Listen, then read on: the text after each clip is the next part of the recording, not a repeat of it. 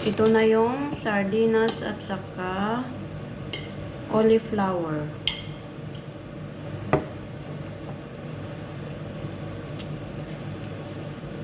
Wow, bagay na bagay.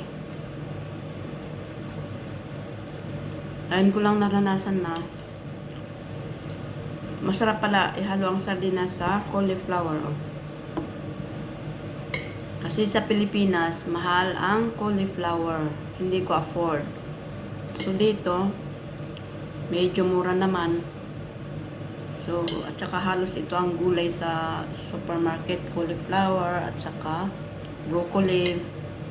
Ganun. So, masarap pala. Haluan ng sardinas ang cauliflower.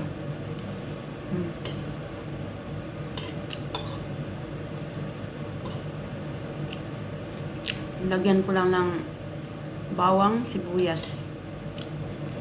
Yun lang. Asin. Yun lang. Masarap.